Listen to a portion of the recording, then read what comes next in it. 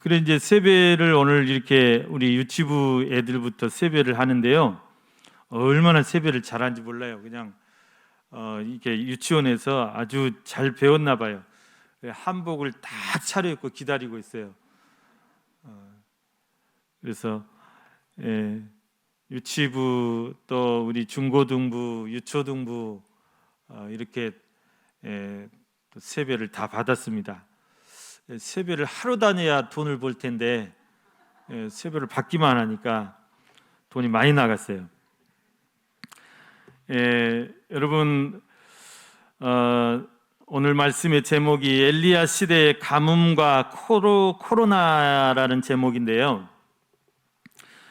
제가 이제 오랜만에 설교를 준비하면서 코로나의 현황이 지금 어떤가 좀 찾아봤어요. 처음에 2020년에 우리나라에 막 코로나 터질 때 그때는 이제 방역도 잘 되고 그러니까 우리나라 정말 방역 잘하네 하면서 이제 매일 들여다봤었죠. 그런데 이제 방역 무너지고 뭐 그 뒤로는 별로 보고 싶지가 않더라고요. 그래서 쭉 이제 그 뒤로는 잘 안 봤었는데 이제 한번 다시 봐봤어요. 그런데 여러분 지금 전 세계 코로나 확진자 수가 혹시 준비됐으면 한번 자료를 한번 띄워주시면, 자, 전 세계 확진자 수가 3억입니다.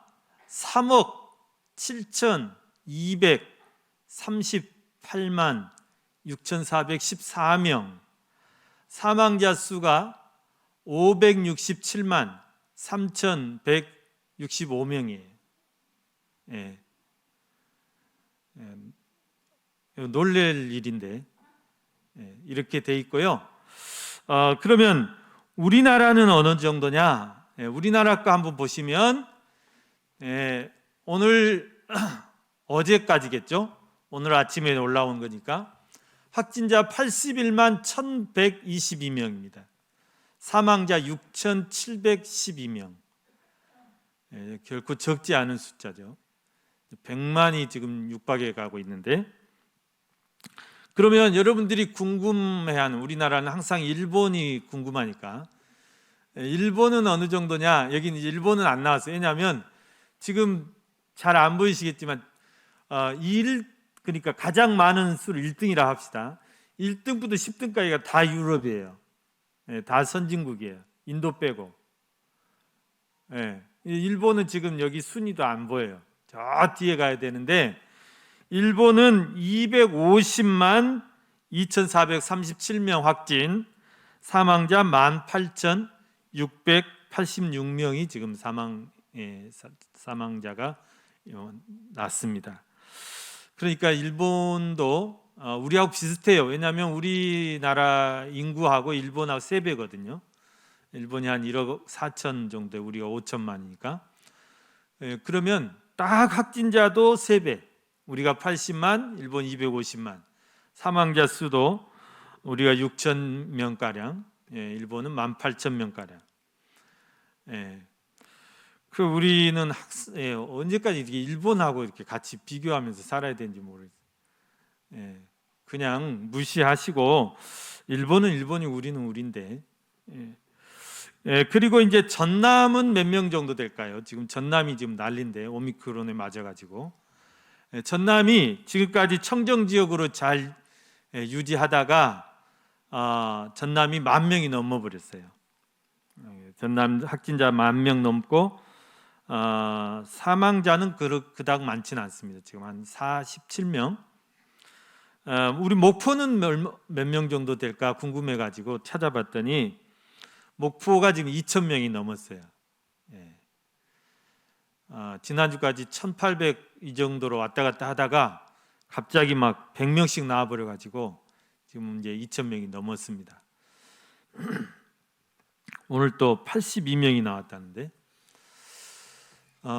여러분 아무튼 이번 연휴 동안에 좀 조심하시고 잘 이렇게 개인 또 방역 잘 하시면서 그렇다. 아무튼 우리 명절이고 그러니까 즐거운 마음으로 또 가족들 이렇게 자녀들도 많이 내려오셨을 텐데 아무튼 즐겁게 행복한 명절 보내실 수 있기를 바랍니다. 여러분, 오늘 말씀에서 제 말씀의 포인트는 뭐냐면, 여러분, 하나님께서 어떤 시대를 이렇게 심판하실 때가 있어요.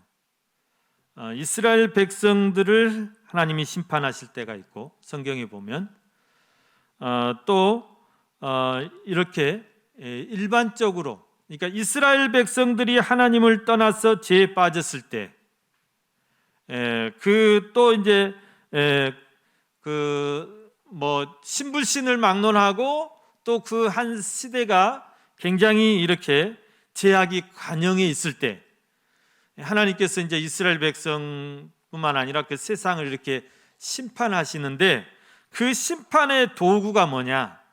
어떤 방법으로 하나님 심판하시느냐? 여러 가지 방법이 있는데 그 중에 하나님이 잘 쓰시는 게 바로 이 가뭄을 주시는 거예요. 극심한 기근, 가뭄. 그리고 또 한 가지가 전염병이에요. 전염병. 여러분, 성경에 그런 예들이 많이 나옵니다. 애굽의 바로가 하나님하고 맞짱을 뜨려고 했죠.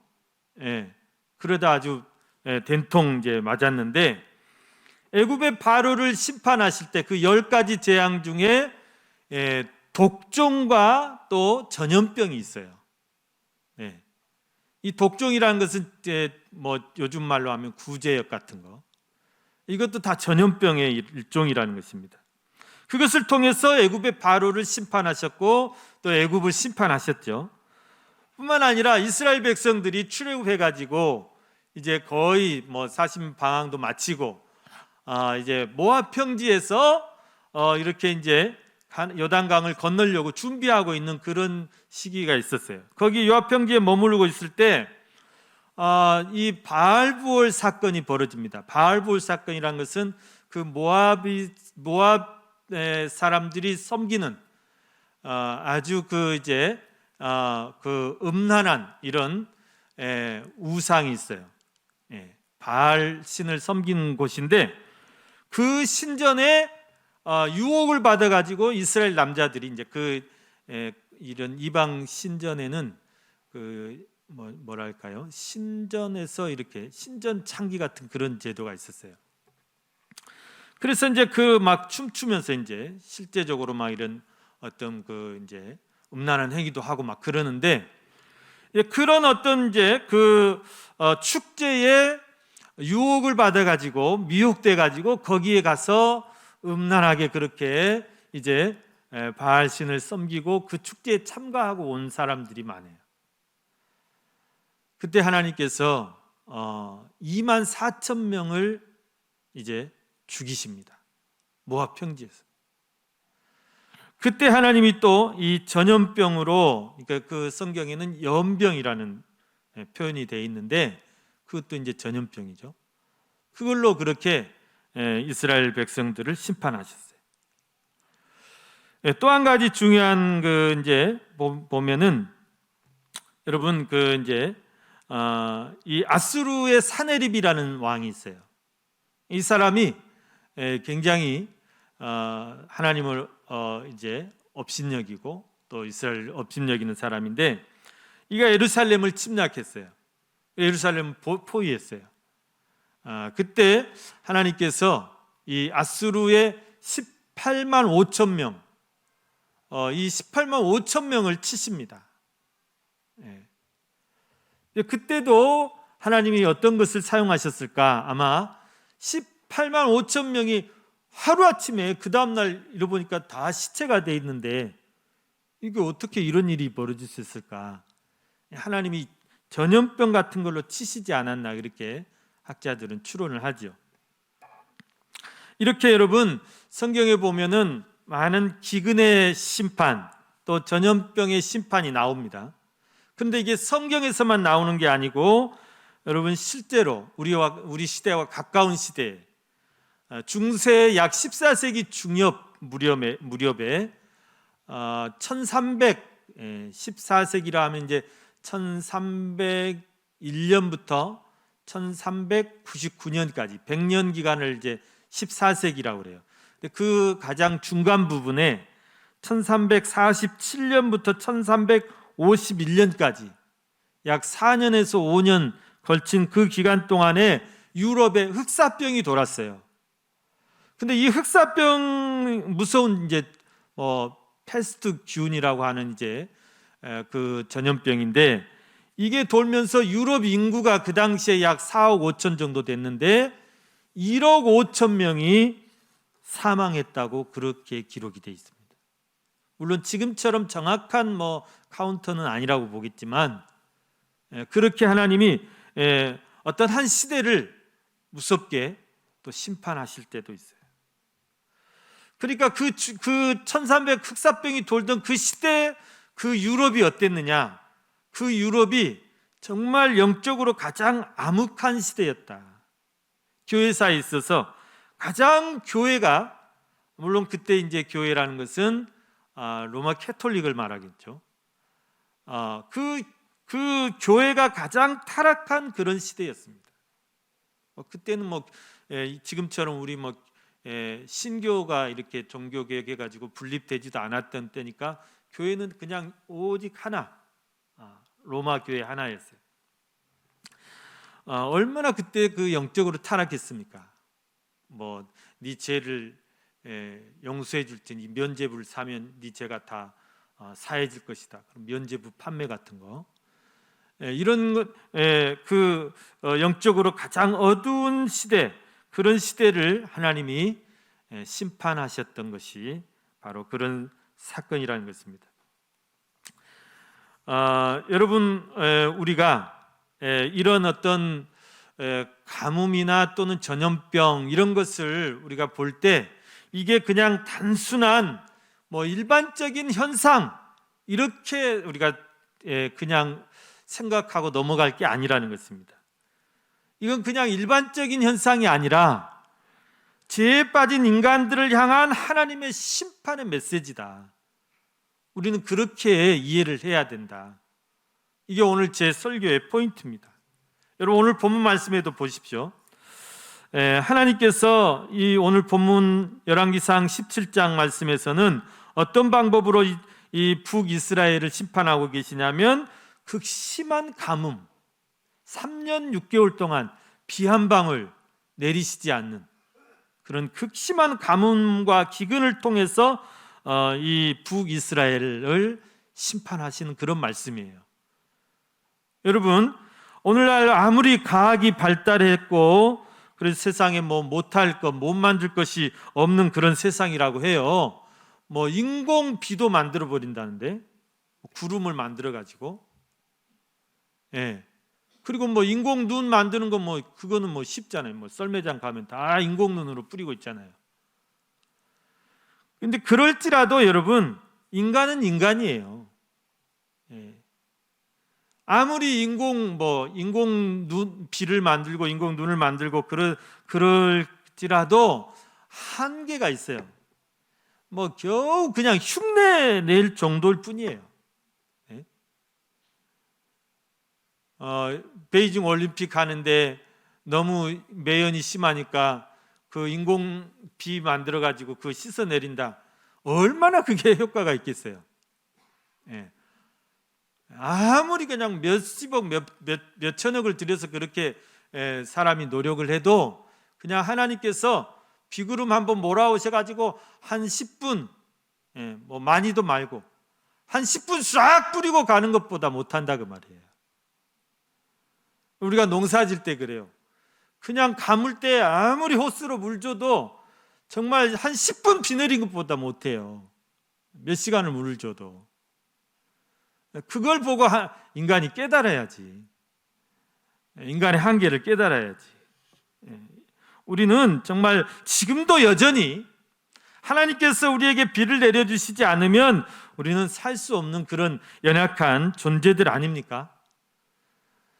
하나님께서 엘리야 시대에 3년 6개월간의 극심한 가뭄을 주셨어요. 그것은 뭐냐면 그 북이스라엘 땅에 너무나 죄악이 가득 차 있기 때문에 하나님이 이 가뭄을 통해서 심판하신 거예요. 여러분, 그것을 우리는 그냥 일반적인 자연 현상이라고 해서는 안 돼요. 절대 그건 자연적으로 일반적으로 3년 6개월 동안 비 한 방울 안 올 수가 절대 없어요. 여러분 보십시오. 우리나라는 정말 축복받은 나라죠. 사계절이 뚜렷하고 그리고 이 강수량이 풍부해요. 그런데 농사를 이렇게 오래 지으신 분들, 40년, 50년 농사만 짓고 사신 분들을 말씀을 들어보면 그 비가 오는 시기가 일정하다 그것입니다. 일정하다. 우리 지금 시골 분들은 24절기를 다 이제 깨고 계세요. 우리는 24절기 잘 모르죠. 지금 제 기억에 2월 4일이 입춘인 것 같아요. 입춘. 이제 겨울이 끝났어요. 봄이 온다. 봄이 시작됩니다. 입춘이고 그 다음에 2월 15를 보통 이제 15일 간격으로 절기가 이렇게 바뀐대. 그러니까 1년 12달이니까 한 달이 30일이니까 24면 한 달에 두 번씩 끼어 있는 거죠. 그러니까 15일 간격으로 이렇게 바뀌어요. 절기가. 입춘 지나면 이제 고구가 될 텐데, 그러면 그게 거의 정확하다는 거예요. 거의. 그래서 실제로 그 농사 일기를 쓰신 분이 계세요. 농업 일기, 농사 일기. 40년간 막 쓰신 분이 계세요. 오늘은 뭐 했고, 오늘은 날씨가 어땠고, 비가 왔고 안 왔고. 그런데 그걸 보면 정확히 거의 날짜까지는 정확하지 않겠지만 그 즈음에는 반드시 비가 왔다 이거예요. 그분이 장로님이셨는데, 그래서 참 하나님은 정확하시다 그러시더라고요. 그런데 한 번씩 하나님이 화가 나실 때가 있어요. 노를 바라실 때가 있어요. 비를 안 줘버려요. 막 몇 개월씩 비를 안 줘버려요. 그러면 여러분 1년만 비가 안 와도 어때요? 난리가 납니다. 난리가 나. 막 아우성 치고 난리가 나요. 우리나라에 1년간 비 안 온 날은 역사는 없었어요. 막 몇 개월씩 막 겨울 가뭄이 엄청 심합니다. 막 그런 적은 있는데 1년 동안 비가 안 왔다 그런 적은 한 번도 없어요. 그러니까 하나님이 우리나라에 대해서는 아직은 화를 안 내시는 것 같아요. 그런데 이 북이스라엘, 이 엘리야 시대에 3년 6개월을 하나님께서 하늘문을 닫아버렸다. 얼마나 화가 나셨으면. 그러니까 지금 우리의 제약보다도 그때가 더 제약이 많았다 이거예요. 네. 여러분 성경에 보면은 이 대흉년, 이거는 분명한 하나님의 심판인 것을 또 우리가 어디서 보면 알 수 있냐면, 여러분 하나님께서 바로 있죠. 애굽의 바로, 이집트, 이 바로라는 사람에게 하나님이 꿈을 꾸게 해주세요. 바로가 꿈을 꿨는데 대풍년, 7년 대풍년의 꿈과 또 바로 연이어서 대흉년의 꿈을 꾼 거예요. 근데 뭐가 더 무서워요? 대흉년. 아주 흉측한 그 7소, 아주 흉측하게 말라비틀어진 그 7 이삭. 이게 무서운 거죠. 다 집어삼키잖아요. 자, 그것을 통해서 그 꿈을 주시고 요셉을 통해서 그 꿈을 해몽하게 하시고 하나님이 정말 그 꿈대로 정확하게 행하십니다. 이거 뭐죠? 대풍년이 중요한 게 아니라 대흉년을 통해서 네가 무시하는 정말 하나님이 이 세상의 주관자고 이 생사화복의 주관자인 것을 분명하게 이제 경고하시는 메시지인 거죠. 엘리야 시대에도 마찬가지입니다. 엘리야 시대 하나님께서 이 북이스라엘 땅에 왜 이렇게 3년 6개월간이나 그것도 비 한 방울도 내리지 않으시고 밤에 이슬 한 방울도 맺히게 하지 않으셨다. 원래 이제 그쪽 지역은 비가 강수량이 원래 적은 지역이에요. 근데 강수량이 적어도 거기서도 뭐 밀을 농사도 하고 과일도 이렇게 할 수 있는 게 뭐냐면 밤이 있을 때문에 그래요. 평소에 비가 안 와도 밤마다 맺히는 그 이슬 먹고 이 식물들이 사는데 하나님 그 이슬까지도 끊어버리셨다는 거예요. 여러분, 이거는 절대 자연 현상이 아니에요. 하나님의 어떤 경고고 하나님이 하시는 일이고 심판이시다는 사실입니다. 여러분, 그래서 어떻게 됐을까요? 다들 죽을 지경이죠. 죽을 지경. 이 아합이라는 왕이 엘리야를 만나면 죽이려고 그래. 네가 하나님 앞에 기도해가 비 안 내리게 해달라고 기도해가지고 이렇게 비가 3년 6개월 동안 내리지 않느냐, 엘리야를 죽이려고 그래요. 엘리야 선지자는 뭐라고 그러십니까? 내가 기도해서 하는 게 당신 죄 때문에 그렇다. 당신이 이 나라를 이렇게 죄악으로 끌고 가지 않느냐. 여러분, 이 아합이라는 왕은 북이스라엘의 7대 왕입니다. 그런데 북이스라엘이라는 나라는 시작부터 죄로 빠져들어갔는데 이 7대 왕인 아합 왕 때 가장 악했다 그럽니다. 가장 악했다. 얼마나 악했냐면 여러분, 당시에 이 북이스라엘 사람들, 당시에 이 사람들이 하나님의 선민들이잖아요. 다 하나님이 선택한 자기 조상들이 다 하나님의 야곱의 자손이고 이스라엘 백성들이 12지파인데 그 중에 이제 10지파가 이렇게 북이스라엘이 됐는데 북이스라엘 나라를 이렇게 형성해서 살고 있는데 완전히 떠났어요. 신앙에서, 믿음에서. 하나님의 말씀을 전혀 지키지 않습니다. 말씀대로 살지도 않고 예배도 드리지 않고 그때는 이제 제사겠지만 그것도 성전 제사도 드리지 않고 절기도 지키지 않아요. 절기가 굉장히 중요한데 유월절 절기를 지키면서 하나님께서 우리를 저 바로의 압제에서 우리를 구원해 주셨지, 그거를 기억해야 되는데 절기도 지키지 않습니다. 여호와의 제단을 다 헐어버렸다고 그랬어요. 여호와의 제단을 헐어버렸다. 솔로몬이 지어놓은 그 거룩한 성전을 방치하고 회파시키고, 그래서 심지어 어떤 일이 있냐면요, 그 솔로몬 성전이 방치되니까 거기서 예배도 드려지지 않고 거기서 어떤 종교 행사도 열리지 않고 사람들이 기도하러도 오지 않고 제사장들이 거기서 집무하지도 않고, 그러니까 완전히 유령의 집이 되어버렸어요. 그래가지고요, 아달랴라는 아주 악한 여자가 있거든요. 이제 이 아합의 딸이에요. 아합의 딸인데 남유다의 또 이제 여호사밧의 아들하고 결혼을 해가지고, 근데 이 아달랴라는 이 여자가 이게 성경에 보면 그 다윗의 이제 후손들을 다 멸절을 시키려고, 다윗의 씨를 다 끊어버리려고. 여러분, 예수 그리스도께서 누구를 통해서 와야 돼요? 다윗의 후손으로 오셔야 되는데 그걸 정면으로 이제 도전하는 거예요. 하나님께. 그래서 그 왕자들을 다 죽입니다. 죽이는데 그때 까딱 잘못했으면 다윗의 대가 끊길 뻔했어요. 근데 하나님께서 그 중에 아하스라는 맨 막내 막내를 숨겨요. 그 시대의 대제사장이 여호디야라는 대제사장이 이제 아주 목숨을 걸고 그 왕자를 숨겨가지고 6년 동안 어디서 숨겨서 키우느냐? 그 성전에서 숨겨 키워요.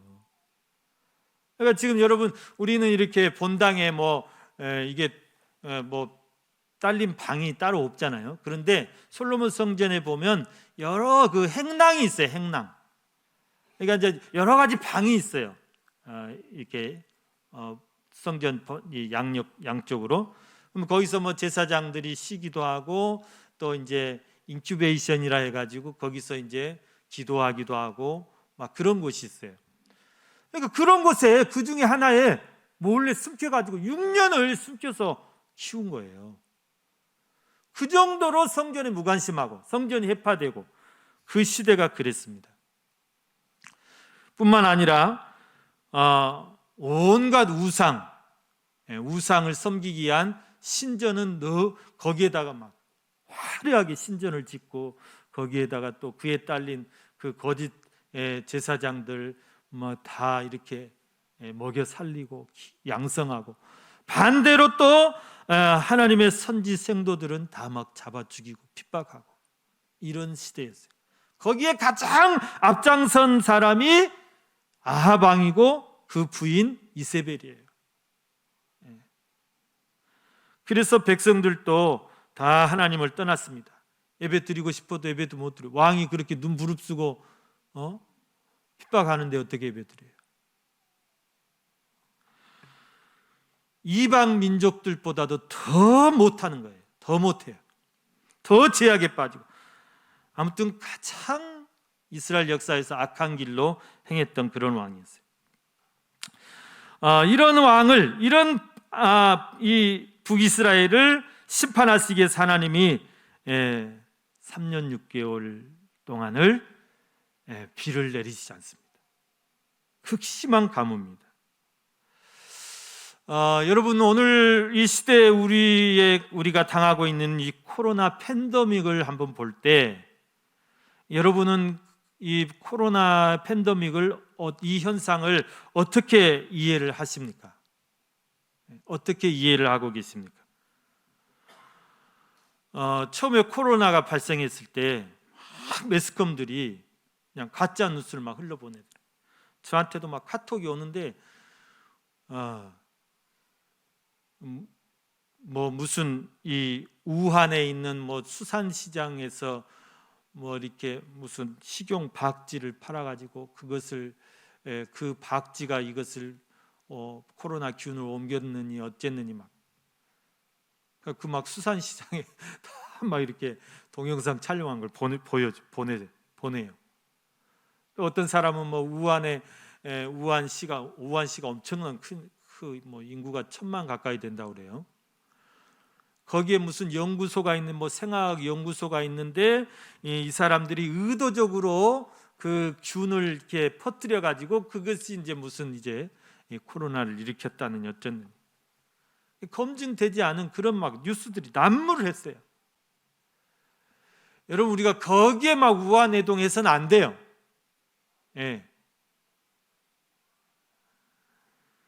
여러분, 이 코로나를 저는 그런 일반적인 어떤 현상으로 보지 않습니다. 물론 원인은 이제 있겠죠. 그러나 이 코로나라는 것은 죄악이 관영하에 있는 이 시대 사람들을 향한 하나님의 심판의 메시지다. 저는 그것을 말씀드리고 싶어요. 여러분, 이 시대를 보십시오. 사람들이 다 주를 떠납니다. 그 마음에 이제 하나님 모시기를 다 싫어해요. 어떤 그런 그 영적인 어떤 사모함이 다 없어졌어요. 오히려 하나님 무관심하고 하나님을 대적하고 말씀대로 살지 않아요. 말씀 자체를 믿지 않아요. 이 말씀이 하나님의 정확무오한 말씀인 것을 믿질 않아요. 여러분, 기독교의 절대 구원을 지금 요즘 사람들은 비웃습니다. 영국이 여러분 기독교 국가로 알고 있죠. 영국의 어떤 분이 유학을 갔는데 그 하숙을 치는데 이제 식사할 때 기도를 하니까 뭐 지금도 예수를 믿느냐 이런 식으로 질문을 하더래요. 지금도 그런 것을 믿느냐 이런 식으로. 여러분, 이 절대 진리가 다 무너져 버렸어요. 우리가 천국에 가는 길은 오직 한 길, 오직 예수, 이런 것들이 지금은 통하지 않는 시대라 그 말이에요. 얼마나 악한 시대입니까? 여러분, 해이주의, 개인주의, 극심한 상대주의, 이것이 만연해 있어요. 여러분, 동성애가 만연해 있어요. 여러분, 이 동성애라는 것은 지금 이 시대에 일어나는 이런 현상이 아니에요. 여러분, 성경에 보면 이 동성애라는 표현은 안 나오지만 어떤 말이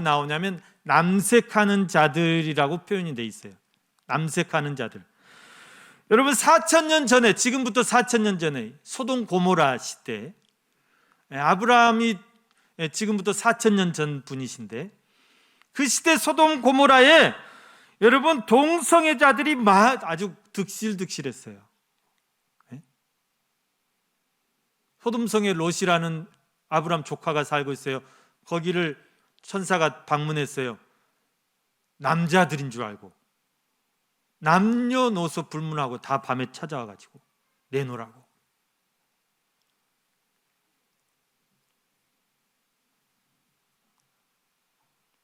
지금은 그때 비하면 아주 약가예요. 지금부터 2800년 전, 여러분 2800년 전이면 예수님 태어나기 800년 전이란 말이죠. 북이스라엘 시대예요. 엘리야 선지자가 활동했던 이 시대, 이때 하나님을 섬기는 나라인 이 북이스라엘에서도 남색하는 자들이 가득했다. 동성애자들이 가득했다. 지금 이스라엘의 정통 유대인들이 어쩐지는 잘 모르겠어요. 근데 정통 유대인들이 그렇게 하리라고는 보지 않습니다. 그러니까 우리가 이제 세계를 여행하다 보면 이런 그 퇴폐업소들이 많죠. 그런데 이스라엘은 거기에 비하면 많이 없대요. 그런데 여러분, 우리가 이 이스라엘의 여러 왕들이 이렇게 나오는데 성경에 그 왕들을 평가할 때 누가 선한 왕이냐, 누가 악한 왕이냐, 그 판단 기준이 뭐냐면 여러 가지가 있겠지만 그 중에 하나가 남색하는 자들을 몰아냈느냐 그대로 놔뒀느냐, 이걸 가지고 또 알 수가 있어요.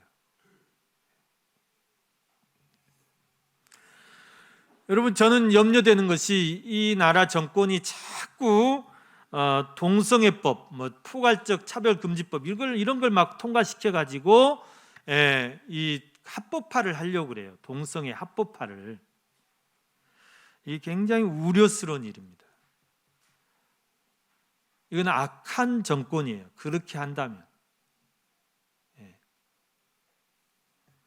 이걸 교회가 막아야 돼요. 다행히 이번에도요, 4개의 악법이 동시다발적으로 발의가 됐어요. 건강가정기본법 개정안, 포괄적 차별금지법, 동성애법, 평등법, 이렇게 해가지고 막 동시다발로 막 공격을 하는 거예요. 그 중에 하나만 통과되면 되니까. 그걸 막아냈잖아요. 그걸 막아냈어요. 이번 회기 동안은 거론하지 않겠다. 2024년 5월까지는 다시 다루지 않겠다. 이걸 위해서요, 얼마나 정말 그 교회들이 또 목사님들이 반대하고 공청회하고 서명하고 그렇게 했습니다. 그것을 우리 목포에서부터 시작했어요. 전남 성시아 운동본부에서 이 포괄적 차별금지법 반대 공청회를 열어가지고 이것이 이제 막 전국으로 퍼져가지고 그래서 이제 손 들었어요. 그런데 안심할 수 없어요. 안심할 수 없어요. 언제 또 밀고 이게 다른 또 교묘하게 다른 법을 또 발의해가지고 항상 모니터링하고 대처해야 된다는 것입니다. 여러분 요즘 우리 지금 시대가 여러분 사사시대 각기 사람들이 속에는 옳은 대로 행했던 그런 시대하고 별반 다를 게 없습니다. 북이스라엘 시대와 다를 바가 없다는 것입니다. 여러분이 성경을 읽으실 때 영적인 눈을 가지고 이 성경을 읽으셔야 돼요. 성경의 시대와 지금 이 시대를 비교하실 수 있어야 되고, 지금 이 시대에 우리에게 주시는 하나님의 음성이 뭔지를 여러분들이 분별할 수 있어야 된다. 여러분, 엘리야 시대에 내린 이 3년 6개월의 가뭄, 이것 또 오늘날 우리가 지금 당하고 있는 코로나의 팬데믹, 이거는 절대 그냥 일반적으로 일어나는 그런 현상이 아니다는 것입니다. 반드시 하나님의 심판의 메시지고 경고다. 그러나 여러분, 하나님은 그런 심판 가운데서도 또 그런 고난 가운데서도 항상 의인을 기억하신다. 의인을 보호하신다. 그걸 잊지 마시길 바랍니다. 여러분, 이 북이스라엘 애들의 3년 6개월 동안의 그런 가뭄 속에 오늘 보니까 엘리야라는 선지자도 그 가뭄의 고난을 받겠죠. 뭐 다 가문데 엘리야만 막 물 마시고 있겠어요? 처음에 그릿 시내가에 하나님 숨기십니다. 근데 그 그릿 시내도 마르니까 다시 저기 사르밧이라는 곳에 보내서 그 가부를 통해서 또 필요를 공급해 주십니다. 여러분, 하나님은 심지어는 까마귀를 보내서라도 엘리야를 먹이시고 또 보호하시는 것을 우리에게 말씀해 주고 있습니다. 여러분, 우리가 지금 이 코로나 팬데믹 속에 있지만 하나님이 하나님의 자녀들을 여러 모양으로 여러 방법으로 보호하시고 먹이시고 필요를 채워주신다는 것을 잊지 마시길 바랍니다. 그렇다면 여러분, 우리가 이 시대 이 고난의 때를 어떻게 이겨나가야 될까? 이것을 극복하기 위해서 우리가 어떻게 해야 될까? 실은 우리가 할 수 있는 일은 별로 없어요. 이게 하나님이 하시는 일이기 때문에 아무리 방역에 막 머리를 써도 정말 뾰족한 수가 없어요. 제가 이런 말 하면 막 방역에 막 그냥 일선에 계신 분들한테 조금 죄송한 말씀이 될지 모르겠지만 우리가 할 수 있는 일이 별로 없어요. 우리는 그저 하나님의 때가 빨리 지나가기를 기다릴 뿐이에요. 이 때가 빨리 지나가야 돼요. 하나님의 노가 빨리 풀어지시기를, 하나님이 작정한 그 기간이 빨리 지나가기를.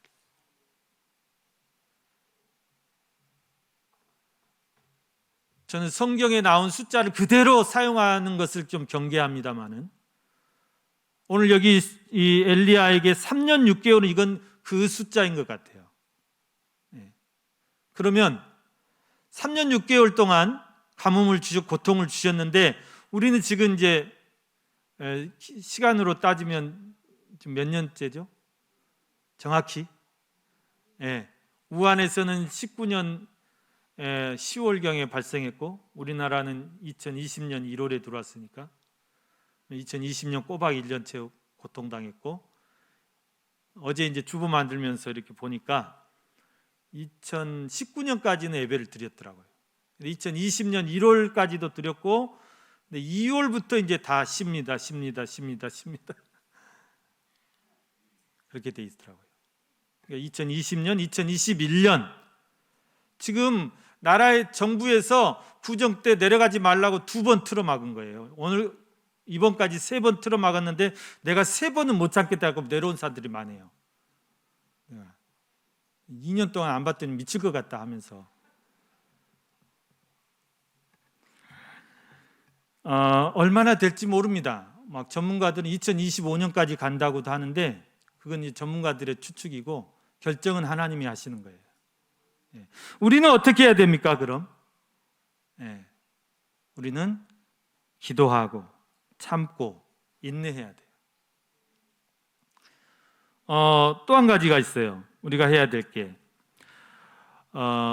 엘리야 때 이 가뭄이 끝난 그 사건이 가뭄이 끝난 그 기점이 뭐냐면 엘리야 선지자가 바알과 아세라 선지자를 다 처단했을 때예요.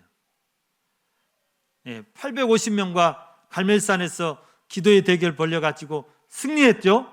그리고 그 거짓 선지자를 다 처단했죠. 그리고 그 이제 바알 제단, 아세라 제단 다 무너뜨렸죠. 그리고 백성들의 마음을 와 정말 하나님이 참 하나님이시구나. 정말 하나님이 살아계신 하나님이시구나. 그 백성들이 마음이 하나님께로 돌아왔을 때 그때 하나님 비를 내리십니다.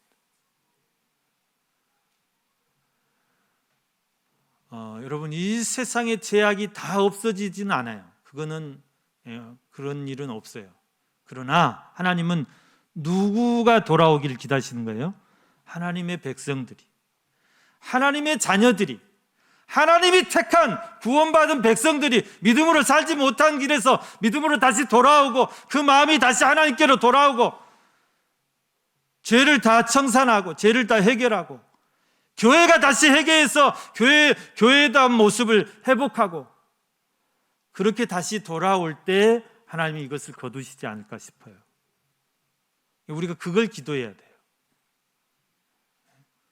우리가 오늘 엘리야가 돼가지고 정말 이제 이 세상의 그런 바알 거짓 신들과 기도의 대결을 벌려야 된다는 것입니다.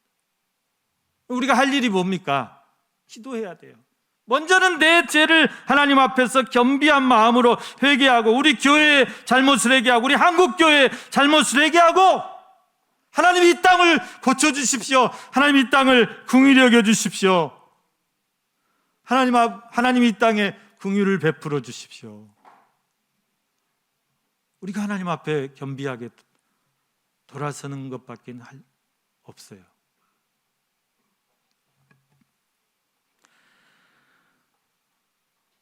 그리고 메말라버린 우리 심령에 정말 은혜를 사모하셔야 돼요. 올해 우리가 은혜의 40년 여호와께 돌아가자 그랬는데 정말 내 이 마음밭이 내 심령이 이렇게 메마른 그런 밭처럼 말라있지는 않은지, 그래서 하나님 내 심령을 다시 새롭게 해주십시오. 내 굳어버린 심령을 다시 갈아주십시오. 기경해 주십시오. 그렇게 우리가 사모해야 됩니다. 은혜의 단비를 사모해야 되고 성령의 단비를 사모해야 되고 순학비의 은혜를 사모해야 된다. 그럴 때 여러분, 하나님이 정말 우리에게 우리 기도를 들으시고 우리를 돌아보시고 또 이 기간을 더 앞당겨 주실 줄 그럴 수도 있잖아요. 사랑하는 우리 성도 여러분, 우리가 명절 앞두고 좀 무거운 말씀을 드렸는데요. 코로나는 분명 이 시대를 향한 하나님의 심판의 메시지인 것을 여러분 기억하시길 바랍니다. 그러나 심판 중에도 하나님은 긍휼을 잊지 않으시고 하나님의 사랑하는 자녀들을 지키시고 보호하신다는 사실 또한 잊지 마시기 바랍니다. 그리고 우리가 이 시대에 할 일이 있습니다. 이 때가 빨리 지나갈 수 있도록 우리가 기도해야 되고 하나님의 긍휼을 기도해야 되고 또 하나님께서 우리 죄를 용서하시고 우리에게 다시 은혜의 단비, 나의 메마른 심령 위에 또 우리 교회 위에 한국 교회 위에 성령의 단비를 부어주시도록 정말 은혜의 소낙비가 시원하게 좀 내릴 수 있도록 부어주시도록 우리가 사모하면서 기도해야 될 것입니다. 여러분, 우리가 이렇게 하나님 앞에 겸비한 마음으로 회개하고 사모할 때 하나님이 분명히 우리를 기억하시고 그런 은혜를 부어 주실 줄로 믿습니다. 여러분, 한 주간 정말 주의 은혜가 또 충만하시기를 간절히 축원합니다.